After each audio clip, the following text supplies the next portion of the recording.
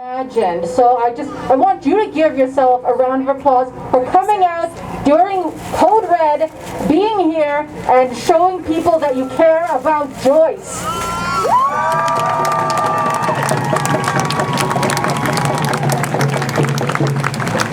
And I just wanted to comment about systemic racism, because I have been working at the Native Women's Shelter for the last 21 years, and when we see systemic racism, it looks like many things. It looks like when you go to an addiction center and the doctor turns you away and tells you to go keep drinking some more and come back later. What does that do to the woman who has received those words? When a person goes to a hospital and is told by a nurse, you Native people, you get everything for free. Why don't you just go to Gowage and go to the treatment center there? I mean, we have to correct these behaviors on the spot. My staff are like warriors. We had one particular woman that went to youth protection. She was trying to get her child back, and the opening comment, the presenting problem at youth protection on the form said, this Inuit woman is a risk to her child because she is Inuit. And we had to correct that. So we had to tell the judge to scrap that. And then we thought, how many more of these papers went through and were accepted, but we didn't see it?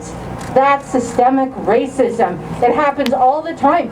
And Joyce had the knowledge to know that the kind of behavior she was going to face should be recorded, which is devastating, because that means everyone on the phone here, you better bring it to the hospital in case they do the same to you. And that is not the way we need to be in this society.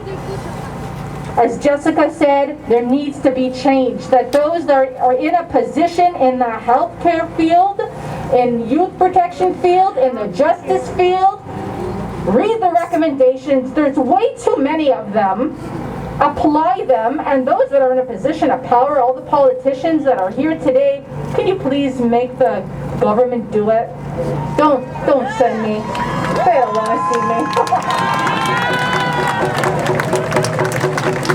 And just in closing, you know, excuse me, it's not COVID, it's because I talked too much. You know, I'm a mother. This is my son, Kistin. And Joyce, it's her funeral today, and her children are mourning. And when her children hurt themselves and have to go to the hospital, are they going to want to go? No, they're not. This is intergenerational trauma, and the nurse that caused this, the health field that caused this, is causing intergenerational trauma. And we need to hold them accountable. We need that hospital to do better. The nurses and doctors need to go to the community and make amends and do it quick.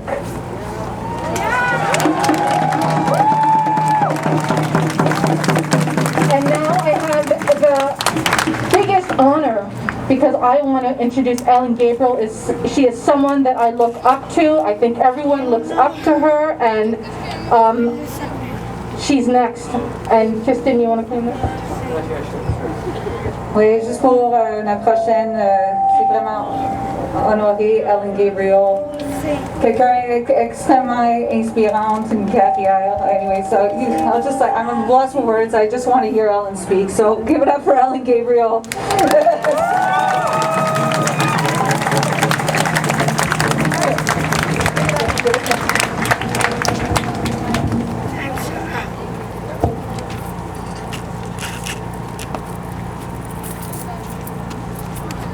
Pagkanorado sa Baguego. Sego. Pagkanorado na niente ni stahon sa. Pagkanorado na sa distansya sa mayer. Pagkanorado sa Baguego sa Jeza Wakisa Waserate. Thank you everybody for coming, and I greet you all. I greet our Mother the Earth. I greet all the natural life cycles, and I greet you, all my relations. Avant de commencer, je voudrais dire mes condoléances, mes sympathies à la famille de Joyce Chakwan. ses enfants, son partenaire. It's a very difficult time, and I cannot add any more to what has already been said in the expression. I think words fail us when we see something like this happen live, in real time. And the thing is, it's happened in real time in many other cases. It's not just happened in the medical establishment, it happens in society. It happens every time an Indigenous woman is out walking and she is taken, and we lose another sister. And Joyce is another sister that we have lost, a mother of 7. And as people have said before, her children, her 7-month-old child, will never know her. They will only know of what has happened to her and the changes, hopefully, that she will bring, that her death will bring. Joyce was fighting for dignity. She has dignity. And no one has a right to take away your dignity because it's inherent in all of us. It's a right to be valued as a human being. It's the right to be respected for who we are. It's the right to feel free in the land of our ancestors. To not have to always worry about whether or not people will see us as human beings. The former Special Rapporteur, Vicky Toli-Corpus, had said in her report, she talked about the gross ongoing assault against Indigenous peoples by states such as Canada, against the self-determination of Indigenous people. And self-determination just doesn't mean a collective right, it means an individual right. And Joyce's right to self-determination was taken away by people who were educated into believing that Indigenous people are less than them. This is not a new problem. This is a problem that came from over the ocean 500 years ago. This is a problem that exists with or without FaceTime.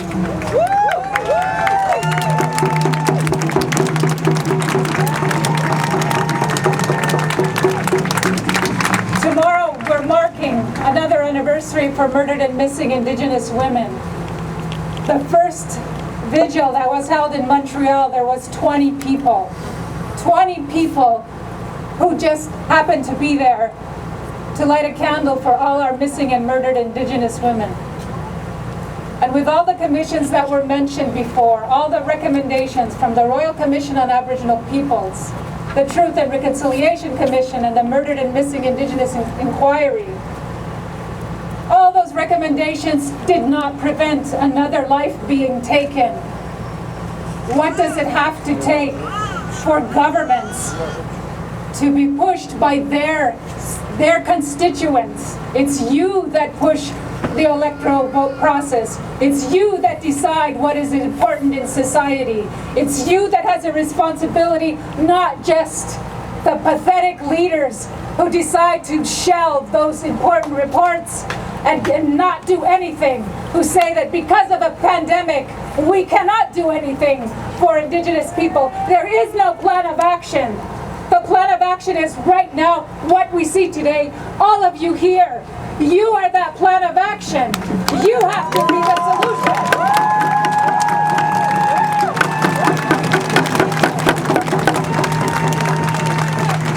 In 1927 or 1922, P.H. Bryce was working for the Department of Indian Affairs.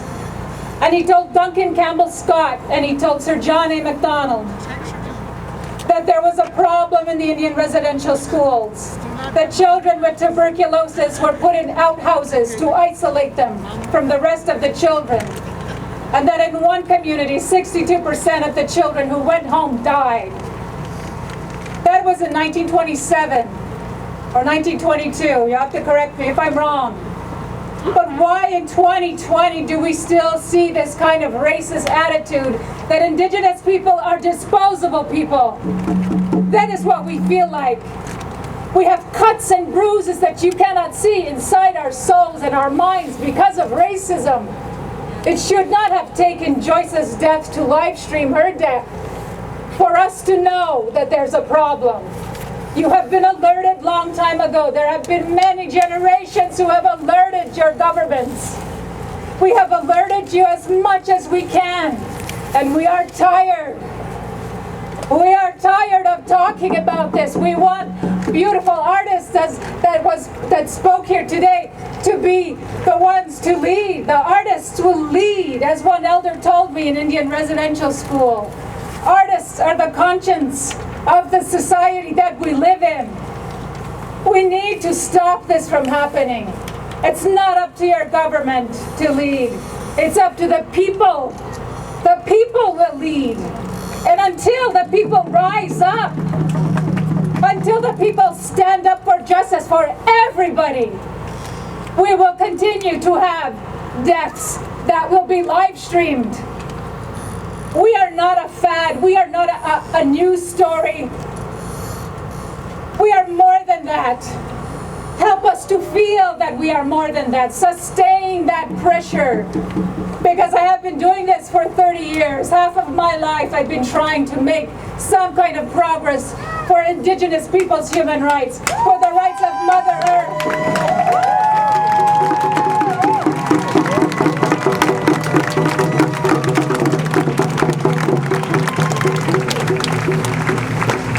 And I cry for those sisters and brothers that we have lost. There's one report submitted to the Expert Mechanism on the Rights of Indigenous People from Manitoba. A man who was ignored to death. He was left in the hallway to die. His death was not live streamed. We need to get out of these little boxes. And I know there's a pandemic, and I know that we're all concerned for each other's health. But government cannot rest on its behind any longer. They should not be permitted. And Premier Legault, you are promoting racism. You are supporting that systemic racism that has kept Indigenous people down and decreased our population. It is because of people like you who deny that these acts even occur. It is for people like you that should be put in the court system, and we judge you for your actions.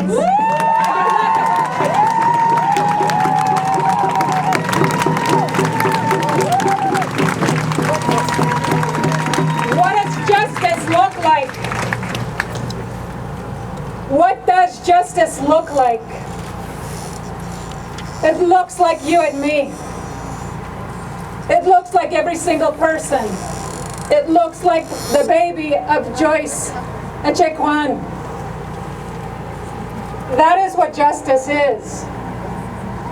And as long as we continue to stay in our little boxes and not participate in society, in the democracy that Canada professes to have, then we will not. Hey, I am not against Canadians. I am not against Quebecois. That is the problem when you say that.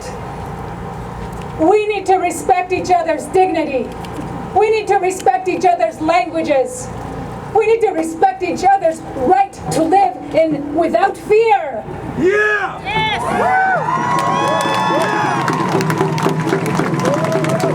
We don't need more attitudes of hatred because we are not addressing the problem. The problem is that colonization, please let me speak. If we are addressing the issue of colonization, we need our land back. We need our people to feel safe when we leave those reserves that you are set aside for our benefit and use under Canadian law and Quebec law for that matter. This is our homeland. This is where we're from. This is who we are as Indigenous people, the love of the land, the love for future generations to benefit from what we're doing today. And that is who we're supposed to be thinking for. Dignity. What does that mean? Dignity for everybody means that we will have peace. And that the children in here, I see young children in this crowd, that they will not have to go through these kinds of demonstrations, that they will be free to have a creative mind, a critical mind, and contribute to the beautiful part of life that we as Indigenous people have always wanted, this beautiful part of living that we should all be able to enjoy without the fear of being treated differently because of our skin color, our race, our gender, or our beliefs. There is so much more work to do. We haven't even scratched the surface of addressing racism. In 1969, the Convention for the Elimination of Racial Discrimination was passed in the General Assembly of the United Nations, which Canada is a signatory to. That was decades ago for some of you, and we have not come any further. And to the politicians who are here, you have a duty. You have a duty. If you were here and you spoke, we're going to hold your feet to the fire if you are not doing what you said you would do. In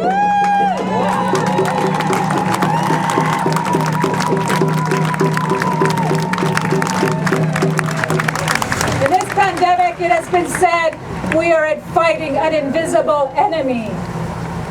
For Indigenous people, our enemy has always been visible in the form of racism, in the form of what the language that is used to speak about us.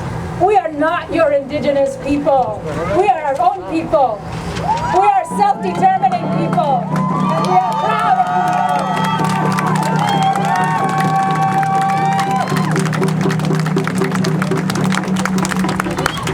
I want to thank the organizers for doing this. Naka said is my queen. I want to thank the people who have helped me in my bubble. I apologize for those of you who... I think my bubble did a great team, and they did a great job, and I appreciate them because they helped keep me safe. I'm not from a community where I see this many people. And I want to continue in joining the fight and standing beside my sisters and brothers of every color, race, of every gender, so that we can make some changes for those beautiful babies that I see here, and the beautiful babies that are yet to come. Thank you all for coming. Be the change. Be the change. Let's not be like this anymore.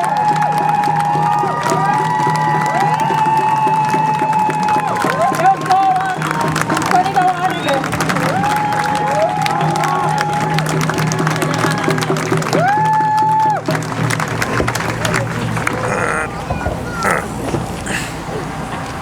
Thank you so much, Ellen. As Norman who's going to be closing us up, as Norman est là, can you please come to the truck? Oh, here you are, Norman. Thank you. How amazing was that?